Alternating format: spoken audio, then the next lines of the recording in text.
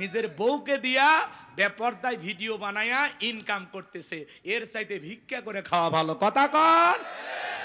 বেপরদায় চলাফেরা হারি কি নোংরা নোংরা সমাজ হয়ে গেছে। কথা কন ঠিক কিনা? ওদেশে টিকটক আসিয়া সব গেল ভাসিয়া। টিকটক বোঝেন না? ছোট ছোট বাচ্চারা টিকটক ভিডিও বানায়। মহিলা নুডলস রান্না করতেছে, তাও টিকটক। হ্যালো বন্ধুরা, দেখেন কিভাবে নুডলস রান্না করতে হয়। প্রথমে সয়াবিনের তেলের পরে তেজপাতা, তারপরে আমার গালতে একটা থাপ্পড় মেরে থুয়ে যাবেন। আরে ভাই, রান্না করতেছে করুক, কে মানা করছে এই পাগলিক? কিন্তু এগুলো নাটক করতেছে, সমাজে আছে না নাই? ও দেশে টিকটক আসিয়া সব গেল ভাসিয়া। সিদ্দিক সোরা নায়ক হইছে আইডি খুলিয়া, হিরো আলম নায়ক হইছে আইডি খুলিয়া। এই মোবাইলে হাই কি জাদু আছে ভাই, পোলা পান বইজাছে, পড়ালেখা তুইলা রাখছে সপ্তম আকাশে। যাই হোক, বাজার লম্বা হবে, আমি লম্বা করব না। আজকের যুবকেরা এমন অবস্থা হয়ে গেছে, 20 বছরের যুবক বাড়িতে যা বলে, আব্বা উত্তরপাড়া লাকিকে আমি কথা দিয়েছি, রাজি থাকলে 1 সাবুন, না হলে 2 সাবুন। পিতামাতা রাজি হয় না, পালিয়ে যায়, বিয়ে করে। 3 মাস পরে বউ পালিয়ে যায়, জীবন থেকে শান্তিও হারিয়ে যায়। মনে রাখবেন যে সন্তানেরা পিতামাতার মনে কষ্ট দিয়া অবাধ্য হয়ে পালিয়ে বিয়ে করে, এরা জীবনে কখনো সুখী হতে পারবে না। পিতামাতার মনে কষ্ট দিয়া কখনো ভালো থাকতে পারবেন না। পিতামাতার দোয়া আছে যেখানে বরকত আছে। তাহলে মা বাবার দোয়া নিয়ে বিয়ে করার দরকার আছে না নয়? তাহলে চান। এই জন্য যুবক, তোমাদের পায়ে হাত দিয়ে অনুরোধ করে বলে যায়, নারীর ছলনা বড় মারাত্মক, নারীদের চক্রান্ত ষড়যন্ত্র বড় কঠিন। মনে রাখবা, নারীদের চক্রান্ত এত মজবুত, এত কঠিন, মাঝে মাঝে শয়তান ওদের কাছে ফেল মারে। নারীদের চক্রান্ত ষড়যন্ত্র বড় মারাত্মক। এরা ছেলেদের ভালোবাসে না, এরা ছেলেদের মন নিয়ে ব্যবসা বাণিজ্য করে। এ কথা কন না কে? পুরুষ নারীর ভালোবাসার কাঙ্গাল, কিন্তু ওই নারী আপনাকে ভালোবাসে না, আপনাকে ঘৃণার চোখে দেখে, ও অন্য পুরুষের কাছে ভালোবাসা খোঁজে। কথা বলে না কেন? এরকম মহিলা আছে না নাই? আজকে এই সমাজে সবচাইতে বড় সমস্যা যেই জিনিসটা আমাদের করে ফেলেছে, সেটা হলো এই মোবাইল। কথা বলে না কেন? এই মোবাইলের কারণে মানুষের সময় নষ্ট হচ্ছে, মানুষের জীবনের মূল্যবান সময় মোবাইলের পিছনে নষ্ট হচ্ছে। ইউটিউব, ইন্টারনেট ঘাটাঘাটি করে, ইমো মেসেঞ্জারে সেটিং করে। কথা বলেন। এই মোবাইলের ওজন কম, কিন্তু মোবাইলের মাধ্যমে পাপের ওজনটা অনেক বেশি। একা একা রুমের ভিতরে দাঁড়ায়া যুবক কি সুন্দর ভিডিও দেখতেছে। কথা কয় নাকি? তাহলে এই মোবাইল যুব সমাজকে নষ্ট করছে। কথা বলে ঠিক কি না? দেশে মোবাইল আইছে, চিঠি বন্ধ হইয়াছে, দিওয়ানা বানাইছে, পোলা মাইয়ার মনের কথা ভাসে বাতাসে। ও দেখো পোলা ফানের মন বাদা ফেসবুকে এখন, মোবাইলে চ্যাটিং কইরা কাটায় সারাক্ষণ।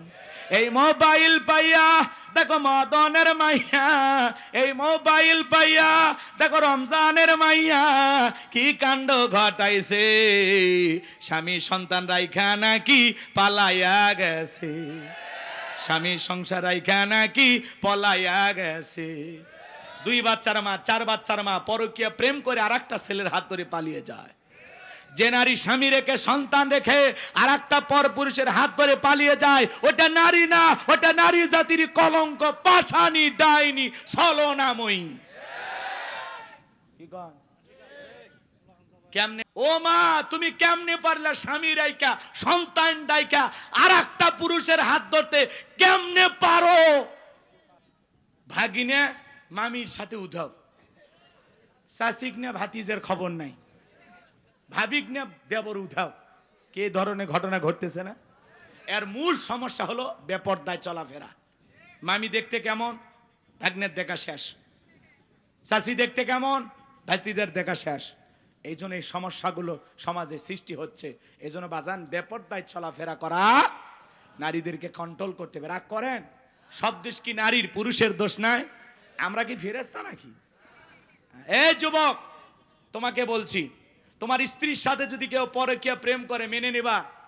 তোমার মায়ের সাথে, তোমার বোনের সাথে কথা বলে না কেন? আপনার স্ত্রীর সাথে পরকীয়া প্রেম আপনি মেনে নেবেন না, কিন্তু আপনি যার সাথে পরকীয়া প্রেম করেন সেটা কারো না কারো স্ত্রী, কারো না কারো মা, কারো না কারো মেয়ে। কথা বলে ঠিক কিনা?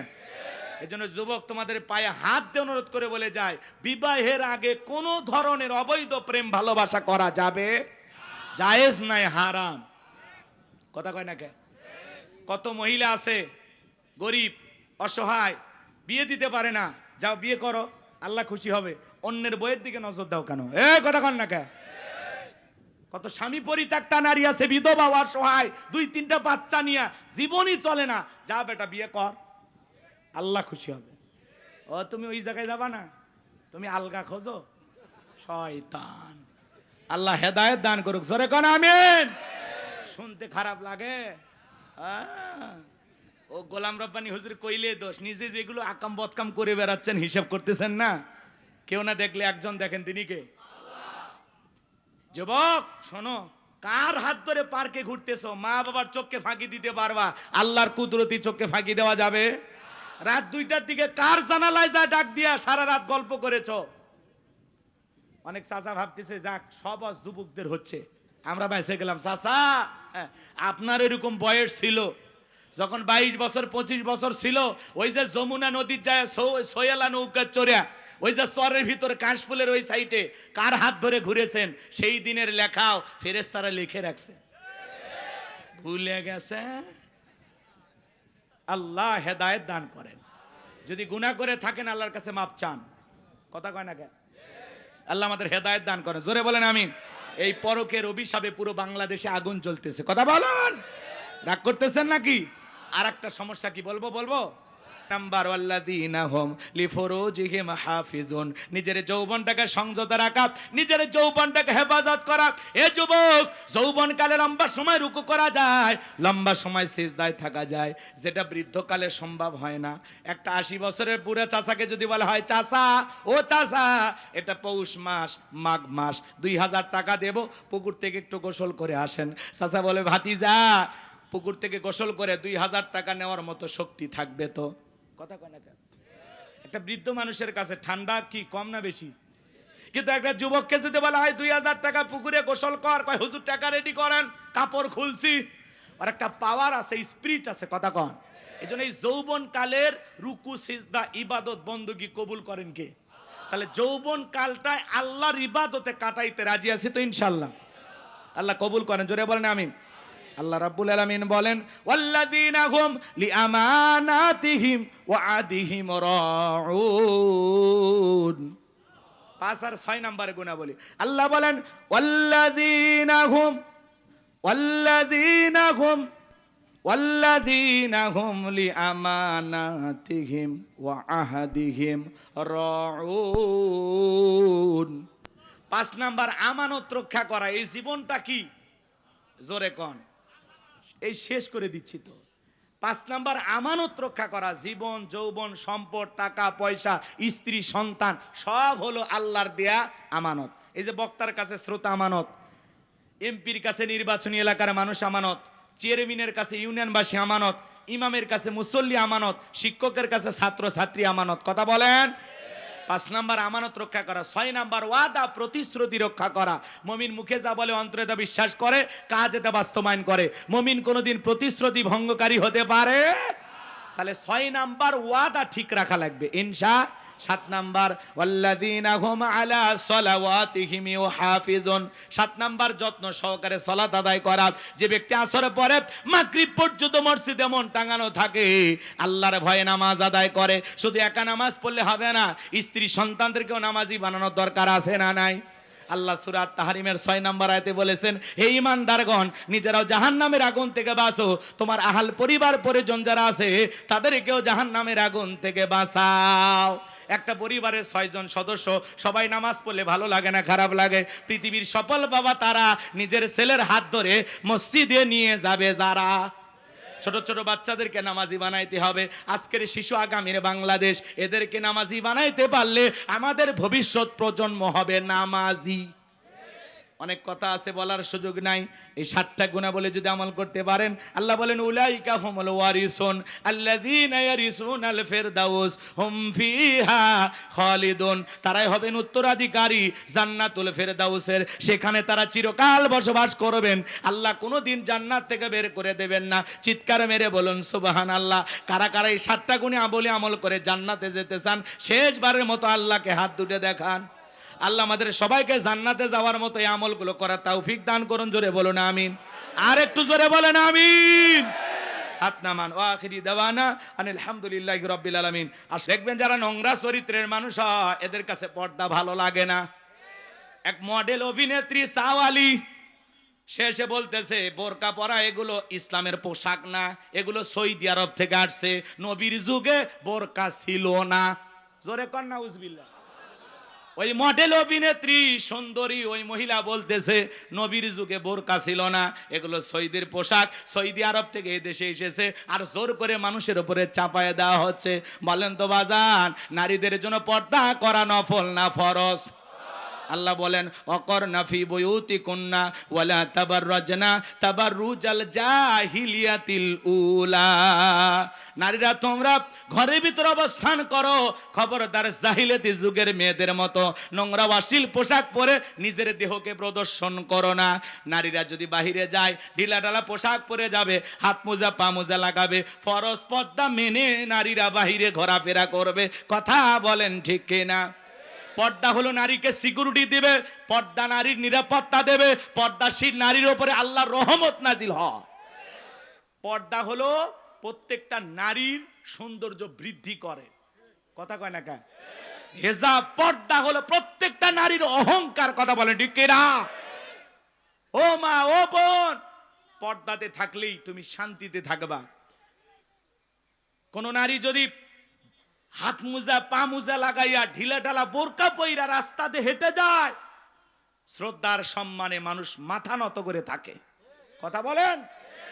আর কেউ যদি বেপরদায় উল্টা পাল্টা পোশাক পরে বিউটি পার্লারের সাজ দিয়া, ঠোঁটটা লিপস্টিক দিয়ে লাল, চোখে দেয় মাস্কারা, যুবকের কামসারা, লাম খালি মিম খালি, নুনের ওপরে এক নোক্তা, পেট খালি পিঠ খালি, ভাবির কপালে ডিজিটাল ফোঁটা, এই রং ঢঙ্গের সাজ দিয়ে কোনো নারী যদি যায়, রাস্তার যুবকেরা কয় মাল গেল রে।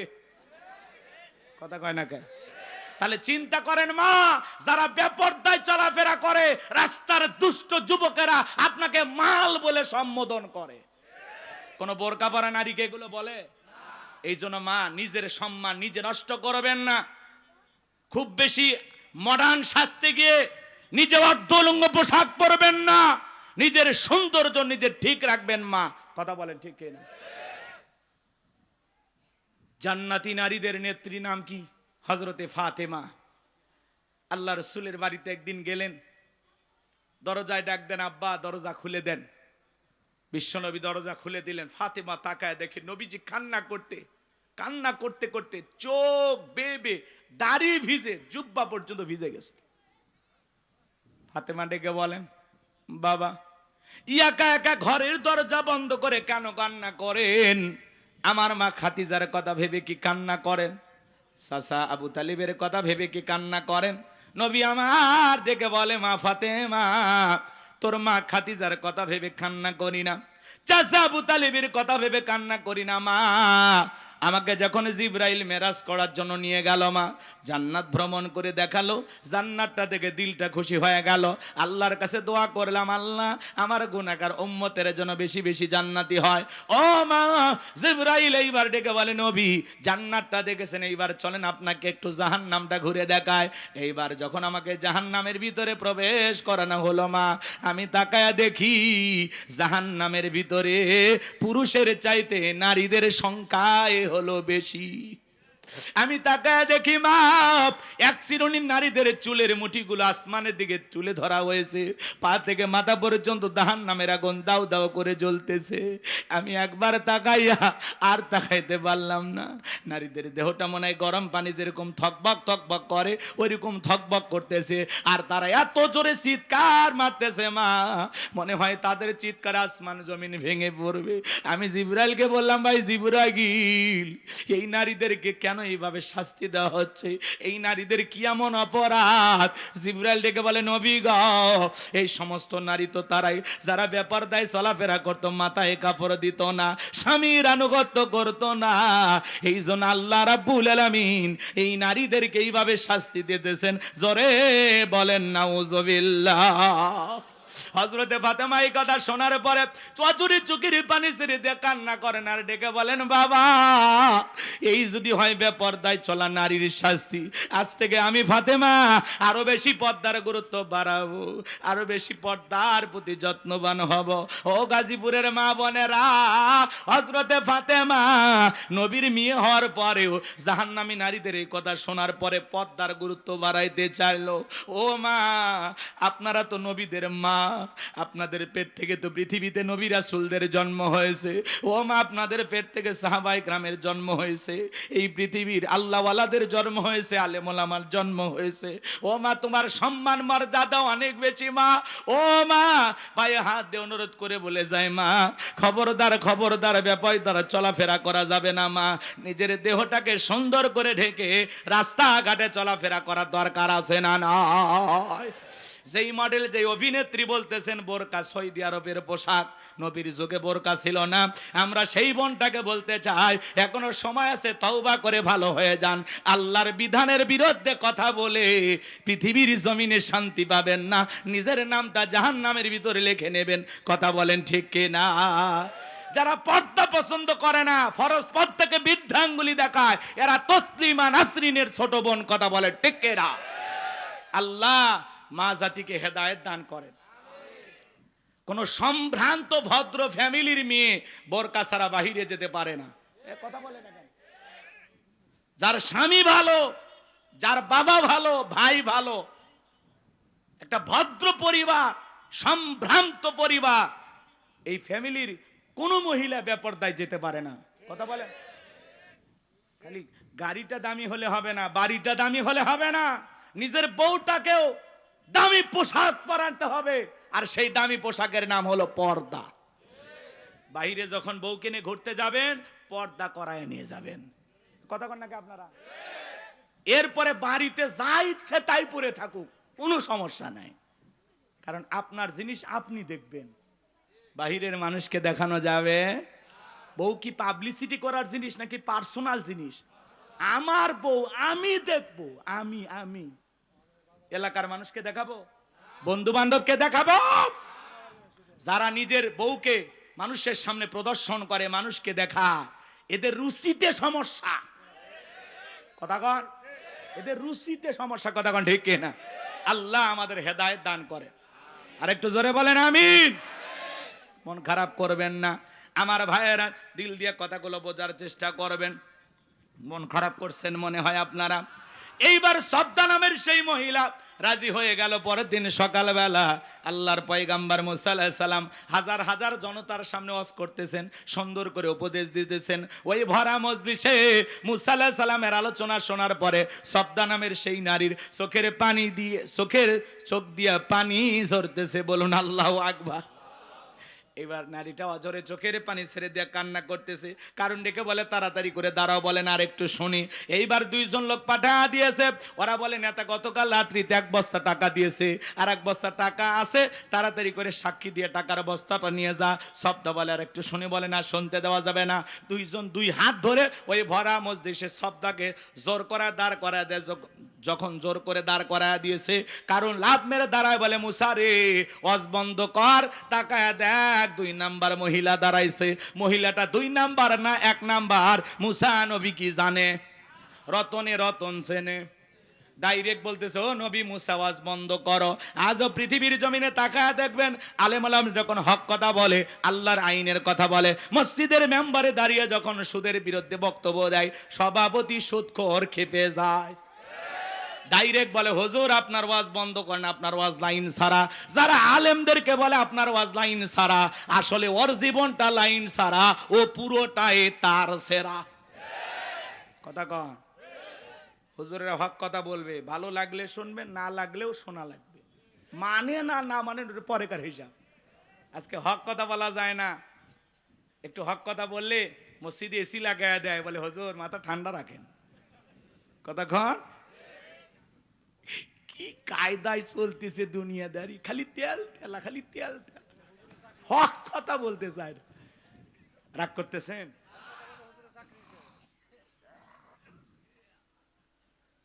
অনেক রাত হবে, কষ্ট আপনাদেরকে দেব না বাজন। মনে রাখবেন, আলেমদের কথা বলতে যারা বাধা দেবে, এই পৃথিবীর জমিনে বিশ্ব নবীকে কোরআন তেলাওয়াতে বাধা দিয়েছিলেন কারা?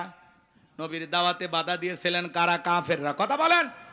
তারা স্লোগান দিয়েছিল, অকালাল্লাযীনা কাফারু লা তাসমাউ লিহাযাল কুরআনি ওয়ালগাউ ফিহি লাআল্লাকুম তাগলিবুন। কাফেররা বলল, কোরআন শ্রবণ করো না। যেখানে মুহাম্মদ কোরআনের আলোচনা করে, কোরআন তেলাওয়াত করে, ওই জায়গায় হট্টগোল সৃষ্টি করো, তালি বাজাও, শীষ দাও, লাফালাফি করো, ঢোল পিটাপিটি করো, যে অবস্থায় পারো মুহাম্মাদের কোরআন তেলাওয়াত বন্ধ করো। বলেন তো বাজান, ওরা কি বন্ধ করতে পেরেছিল? ওরা মনে করে কোরআন বন্ধ করলে বিজয় লাভ করতে পারবো, ওরা তো বন্ধ করতে পারে নাই।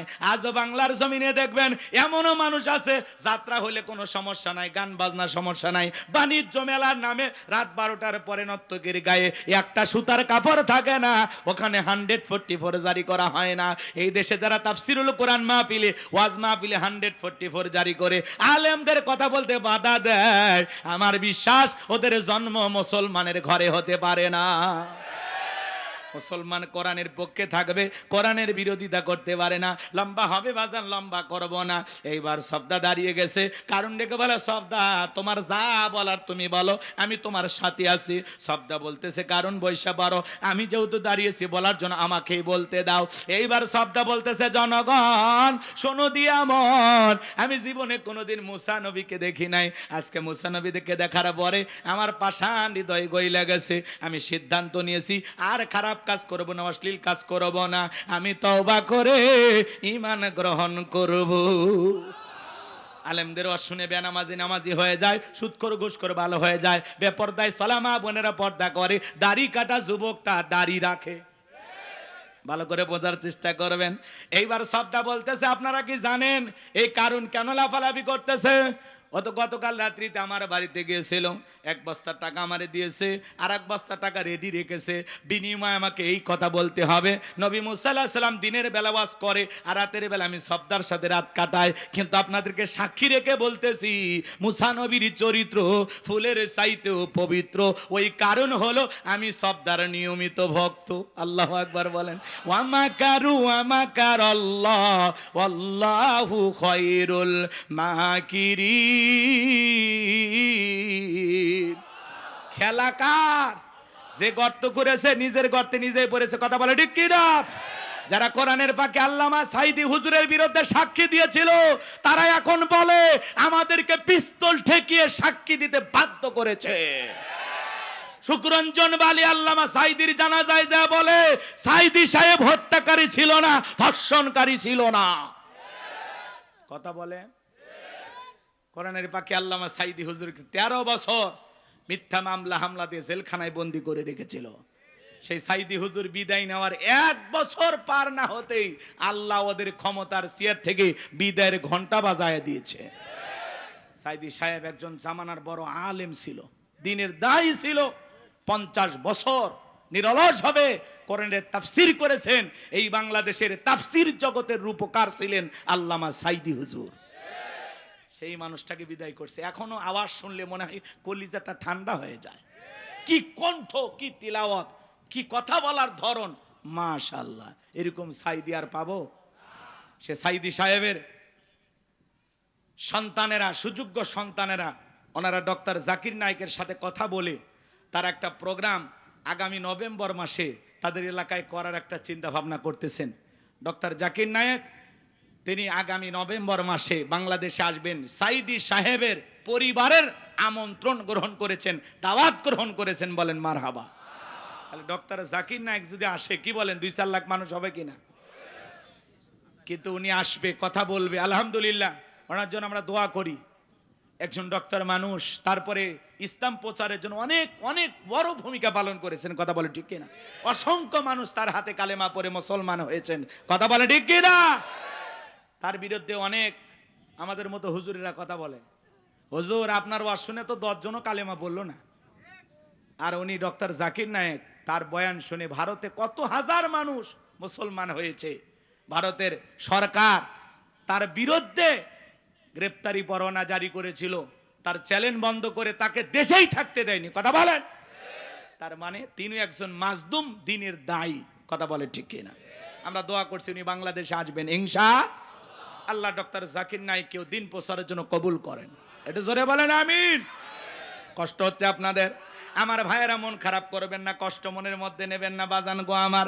এইবার যখন গোপন তত্ত্ব ফাঁস হয়ে গেল, নবী মুসা আলাইহিস সালাম ডেকে বলে, আল্লাহ চাইতে গেছিলাম যাকাত, আর আমার বিরুদ্ধে এত বড় মিথ্যা অপবাদ মেনে নেওয়া যায় না।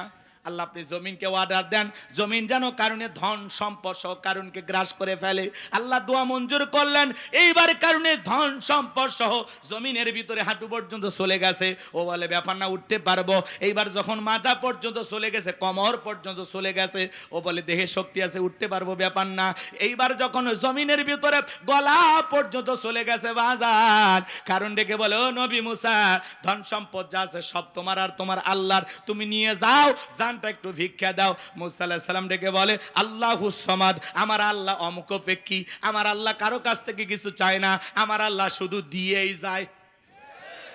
তবে তোর ধন সম্পদ নিয়ে বেশি বাড়াবাড়ি ছিল, কারণ রে মরার আগে শুনে যা, তোর ধন সম্পদ সহ জমিনের ভিতরে চলে যাবি, আর পৃথিবীর ইতিহাসে তোর মতো যারা সম্পদ জমা রাখবে, আল্লাহ রাস্তায় খরচ করবে না, যাকাত দেবে না, কঠিন কিয়ামতের ময়দানে তুই কারুনের কাতারে দাঁড় করাইয়া আল্লাহ তাদেরও বিচার করবে।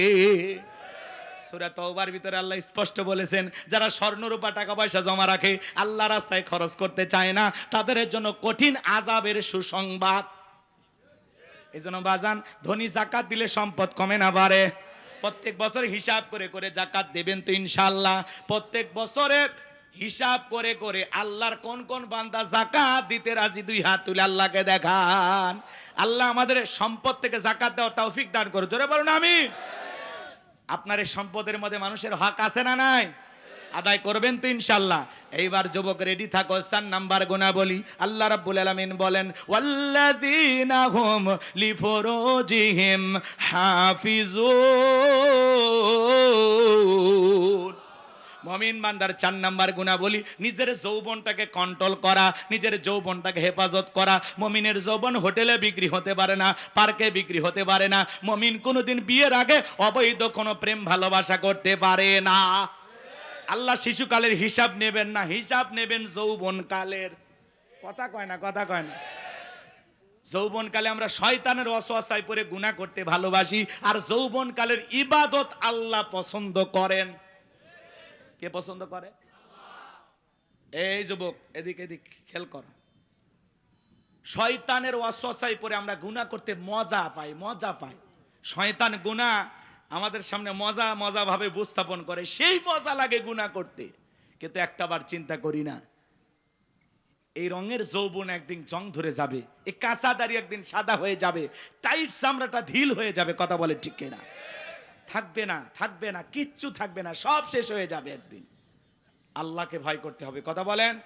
হযরতে আলী রাদিয়াল্লাহু তাআলা আনহু বলেছেন, তোমরা যৌবনের তাড়নায় গুনাহ করো, একদিন তোমাদের যৌবন থাকবে না, আমলনামায় গুনাহ ঠিকই লেখা থাকবে। কথা বলে ঠিক কিনা?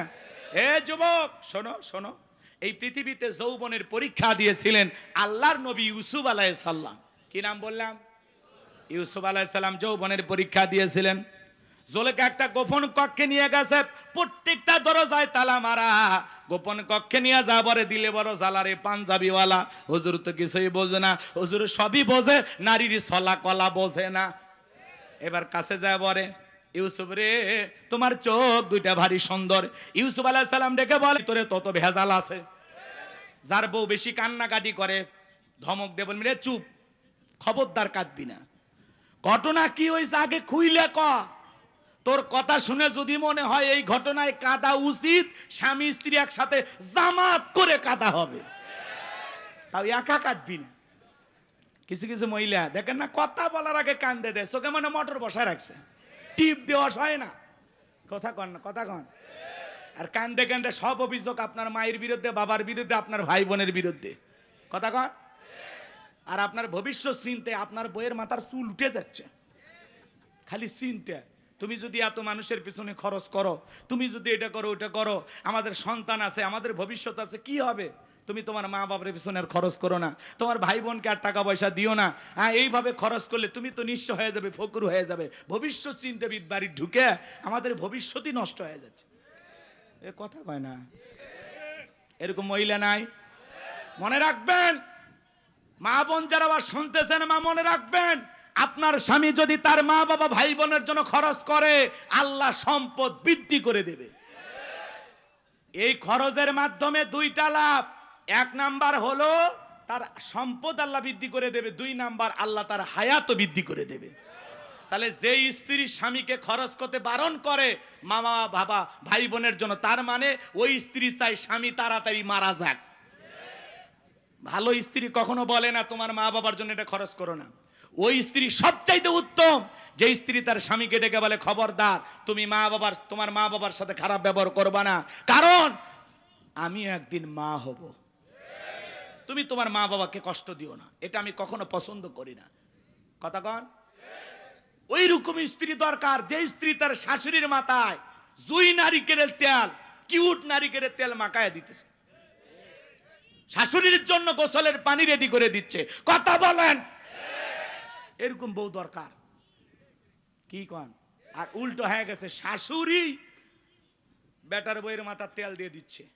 ভালো দেওয়া ভালো, মিলেমিশে থাকা ভালো, এটা মানলাম, কিন্তু উল্টো বলে আম্মা আমার শরীরটা একটু খারাপ, গোসলের পানি আপনি রেডি করে দেন। আছে না নাই? নিজের ছেলের বইয়ের পরনের পোশাক শাশুড়ি ধুয়ে দিচ্ছে। হওয়া উচিত কি আর হচ্ছে কি সমাজে? কথা কন? মানে শাশুড়িকে চাকরানির মতো ব্যবহার করে। এ কথা কন নাকি আপনারা? আপনাদের এলাকায় ওরকম নাই, কারণ আপনাদের বইয়েরা সব জান্নাত থেকে পালিয়ে আসছে, এরা ভালো মানুষ। বাপ রে বাপ, এগুলো ভারতে ঘটতেছে, এই দেশে এখনো শুরু হয়নি। কষ্ট পাচ্ছেন মনে হয় আপনারা। আমার ভাইয়েরা, জুলেখা এবার নেকা কান্নার অভিনয় করে ডেকে বলে, স্বামী ইউসুফকে ছেলের মতো দেখতাম, আজকে সুযোগ পা আমার ইজ্জতের দিকে হাত বাড়াইছে, আর একটু দেরি হয়ে গেলে আমার সর্বনাশ হয়ে যেত। মিথ্যা ধর্ষণের অপবাদ দিয়া, মিথ্যা ধর্ষণের আসামি বানাইয়া, এক নয় দুই নয়, ইউসুফ আলাইহিস সালামকে 9.5 বছর জেলখানায় বন্দি রেখেছিল জুলেখা। আজও আলেমদেরকে ধর্ষণের আসামি বানায়া জেলখানায় বন্দি করবে যারা, ওরা হলো ডিজিটাল জুলেখা। ভালো করে বোঝার চেষ্টা করবেন বাজান।